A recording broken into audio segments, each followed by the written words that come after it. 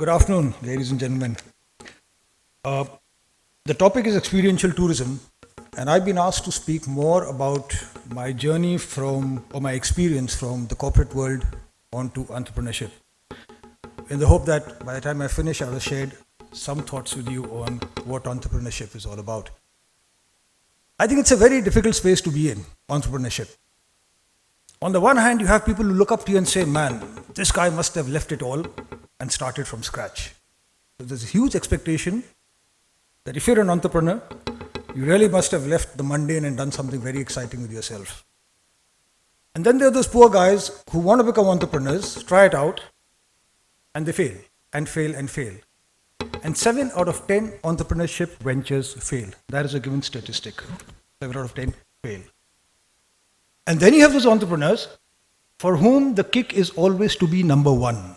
There is always this pressure that I must double my business every year. I have to be in millions of dollars of turnover, and I want to stay on top always. I'm none of those. I must very honestly admit, I'm none of those. I'm this guy who did his stuff in the corporate world. And in my late 40s, when people are sort of thinking about retirement, securing the future, house, property, I gave up everything one day to the other to do something very simple, just to follow one desire. And my desire was that I wanted to build one small resort which would not sort of go against normal norms, but which should be something different. And that's when I remember sometime in the 90s, when this thought came to me that one day I will build my resort. And reality happened only in 2007, when I left the corporate world. So it festered in my mind for a good 17 years, and when I finally gave up.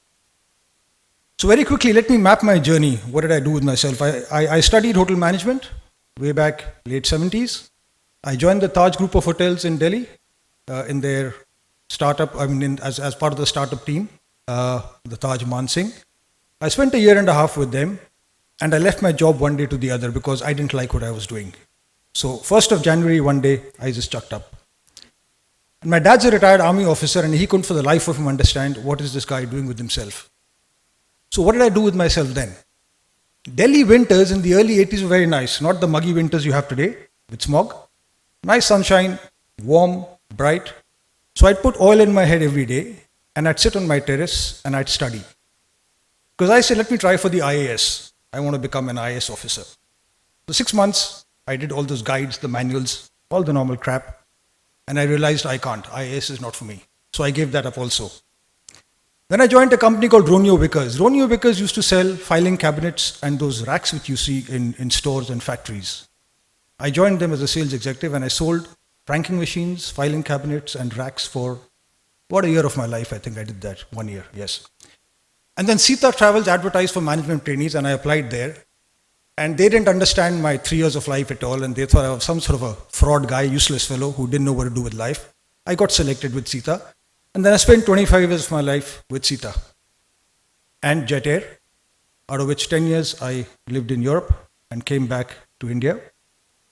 And then Sita got bought by Kyoni, the Swiss company, in 2000. And in 2002, I became Chief Operating Officer, India, South Asia for Kyoni Destination Management in 2002. And I spent 5 years of my life there. And then dramatically, my life changed in 2007. What I'm going to share with you next is not that just because I'm a Punjabi, Punjabis like to flaunt what they have like hell. I have this, I have that. So I'm just going to share this with you. In 2007, when I was Chief Operating Officer, my salary was 85 lakhs a year.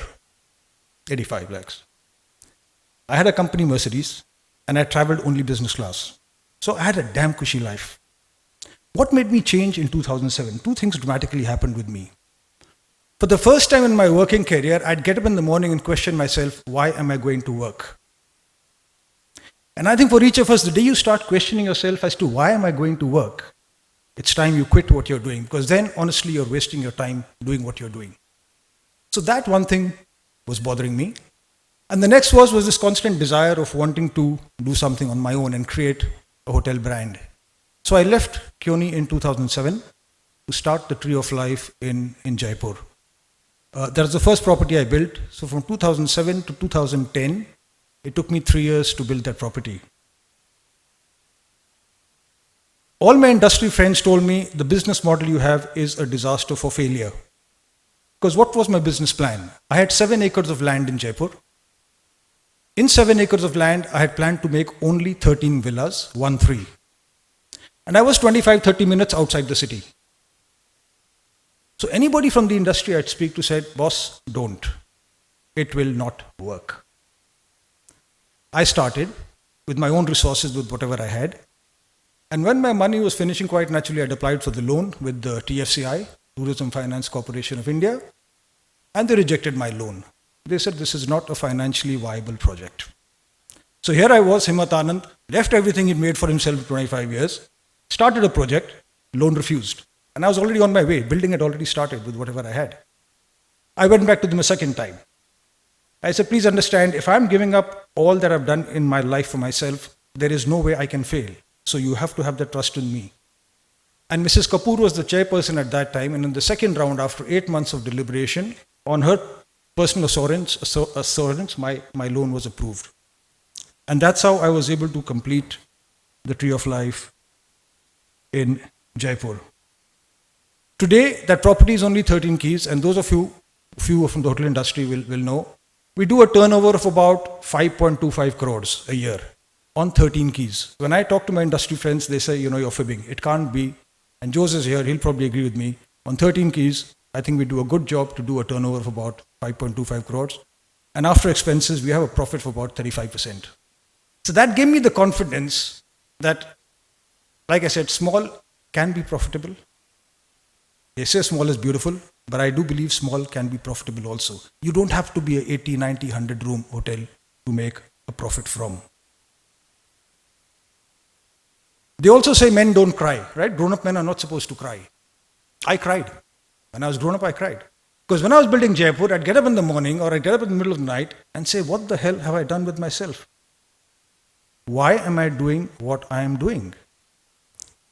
And I think every weakness of yours becomes your strength when you get up. And that's the lesson I really learned, that whenever there was a weakness, you went through that phase, but then if you really believed in what you were doing, you got up the next morning and said, what the hell? I just have to do it. Because for me, there was no going back, there was no alternate. I had just one agenda of life. The Tree of Life was the agenda. And there was no alternate left for me.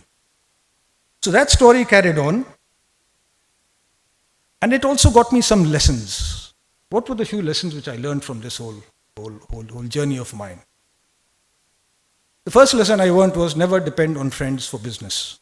And I have a lot of industry friends. I've worked with them for 25 years in the inbound tourism business. And when I was building the Tree of Life in Jaipur, all of them said, boss, Himmat, don't worry. What a project. It's only 13 villas. We'll sell it for you. Don't worry. So here was Himmat Anand, so full of himself. He'd made a lovely product. He had these guys who were supporting him. And I said, nothing can go wrong. 2 months passed, 3 months passed, no business from friends. No business means no business. And then the story started. Yeah, you're very expensive and you're selling at 13,000 rupees. Others are giving for 7, 8, whatever. You're so far out of town. But I said, guys, you knew all this when I was building, And you kept telling me, don't worry, don't worry, don't worry. And life crashed for me actually a second time. That here I'd built this asset and I depended on people who promised me business and it didn't happen. So again, you get up and what did it do to me? It made me change my business model completely. I stopped depending on the tour operating community. Not that they're not important, they are important, but my dependence on them, it taught me to be reduced. And today, 7 years down the line, about 65% of our business comes direct, through direct clients or through the online space, and only 30% of my business is through the tour operating community. And thanks to that lesson, I'm glad that lesson taught me the business model, because today, going direct and in the online space is the space to be in. That's the way business is going to grow. So that's one expensive lesson I learned. I also learned that while building the sort of properties which we'd like to do, I do not outsource anything. So whenever I say, okay, I want to start a project, I'm actually committing 4 years of my life to the project, because I'm involved in drawings, then I become a contractor. I live at the site and I supervise everything for 2 to 2.5 years. And that project then becomes my life. So we have consultants, but all of it is then done with my personal involvement, because I think the sort of space I am in, I have to give what I believe in. It cannot work on consultants and on interior designers and stuff like that. And the question I always ask myself when I'm building something is, what do my guests want? I ask myself that every second step. Because I think entrepreneurs make that mistake. They just feel that they know what they want to do and they will go ahead and do it. And I think that's why failure happens, because it really doesn't matter what you want to do. If the market doesn't accept you, I doubt you're going to succeed. So for us guys in the hospitality industry, it really gets very important to constantly ask ourselves, what will my guest want? And I think that's why today I get the sort of reviews I do from guests who say, you've just thought of every detail. And I hear this so often, that detailing in your property is so perfect. It's perfect because I've constantly asked myself, what will you as a guest want from me? And the answer is always there for me to see and to implement in what I do.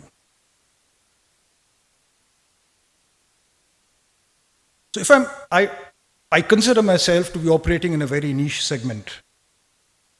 And when you operate in a niche segment, I think your value systems have to be very strong. You can't have generic value systems if you're operating in a niche segment.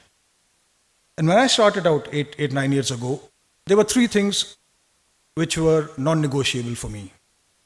One is that we will never do any property which is over 20 keys. Between 18 to 20 keys is all we will do. I will never do anything more than that, no matter what.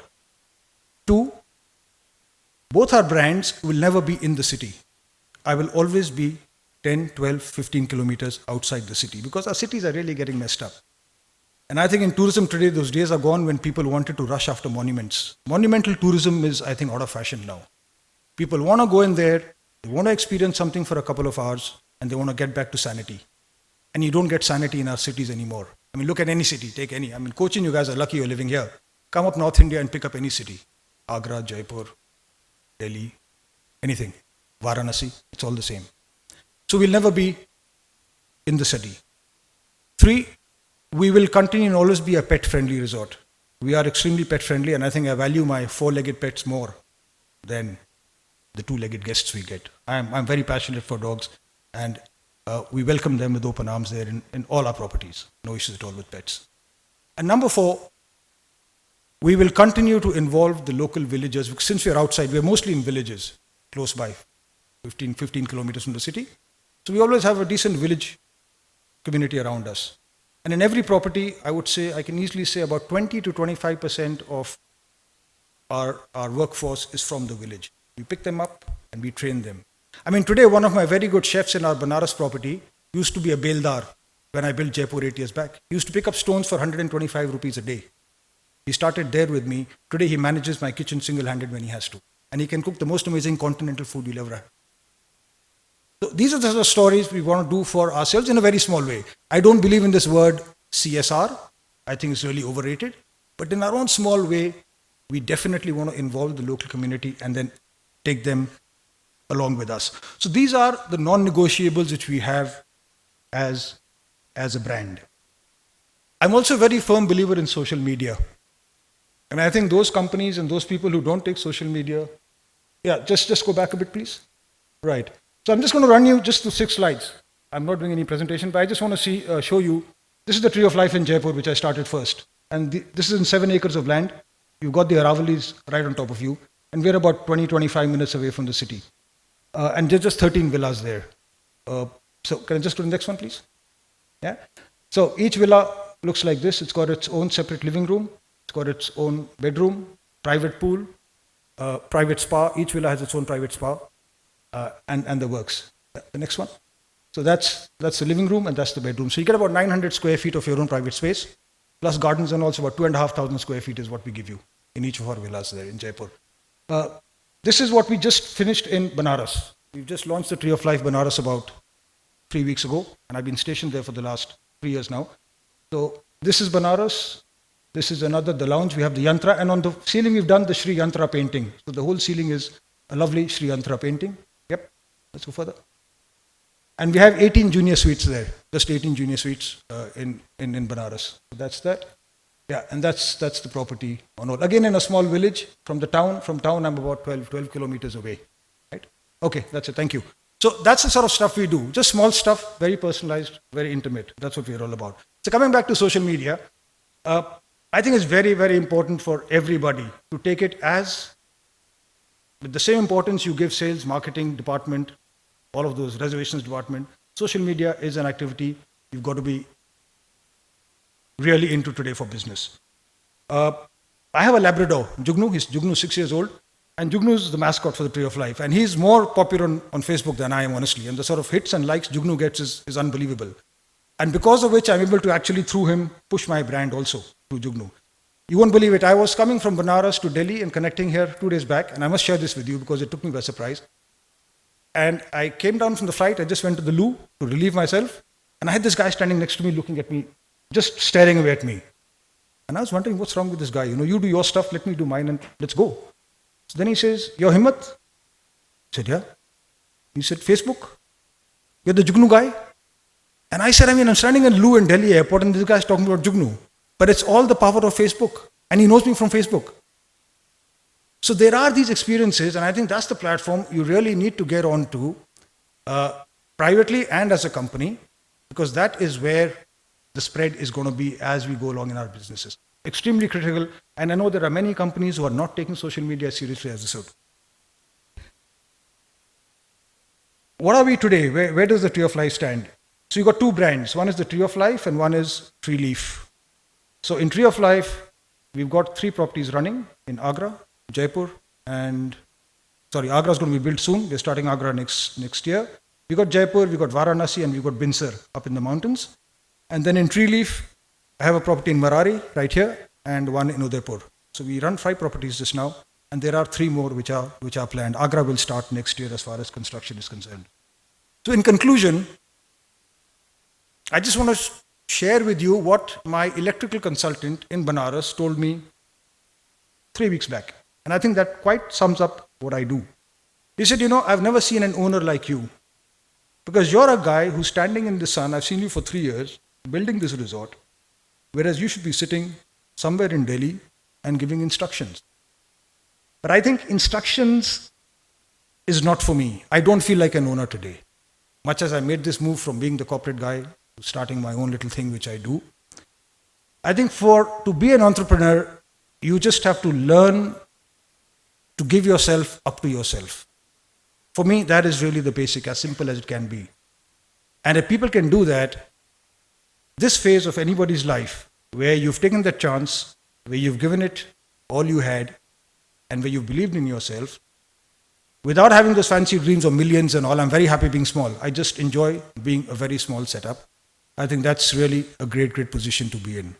I hope I'd made some sense to all of you sitting here, and thank you for your time. Thank you.